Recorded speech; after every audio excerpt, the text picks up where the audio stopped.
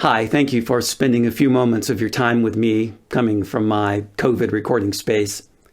I'm Jay Robinson, the director of the Wesley Foundation at Jacksonville State University.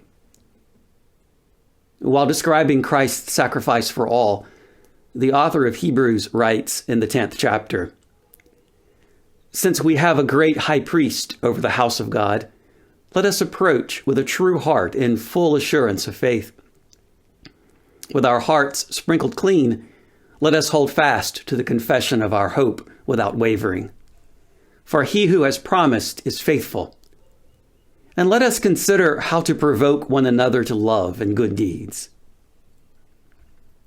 Provoke one another to love. That's not how I would normally use the word provoke. I would normally think of the word provoke as a way of moving people to anger, division, and fighting.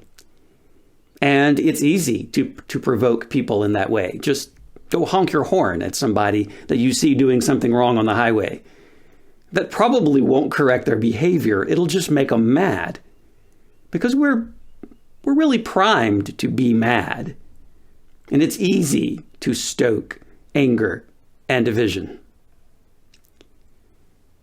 In his sermon entitled On Zeal, John Wesley describes the purpose of the church as nurturing this other kind of provoking. He writes, "Lastly, that his followers may the more effectively provoke one another to love, holy tempers, and good works.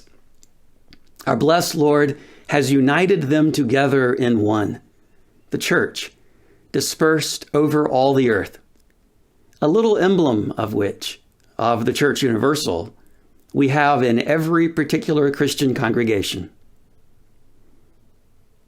You notice that phrase he uses, holy tempers?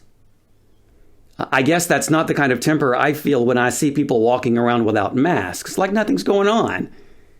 I mean, something as simple as mask wearing in a pandemic, which should be a sign of our care for one another, instead has become just another symbol of our division, just something else to provoke dissension, debate, and anger.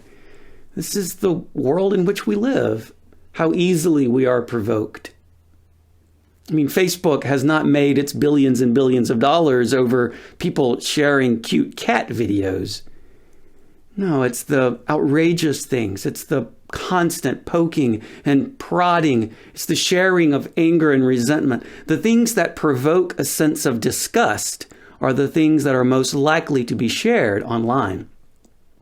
One study finds that false information is 3 times more likely to be shared online and become viral than accurate information, because the false information is more likely to get people riled up.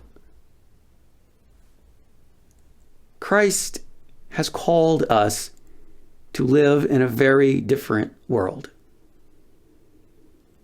So when Wesley is talking about holy tempers, he is describing another way of being in the world.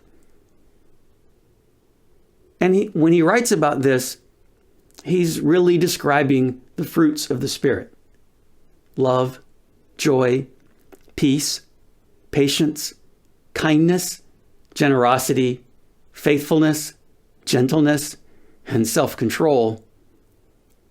These holy tempers are nurtured by the community of faith, a community that, at its best, is overcoming division, bringing people together, and responding to the division and discord of the world by provoking Christ-like love. When we share in the ministry of the church, in the ministry of Christ, we are sharing in a ministry of reconciliation that helps us to overcome our division, that makes it possible for us to provoke one another in love.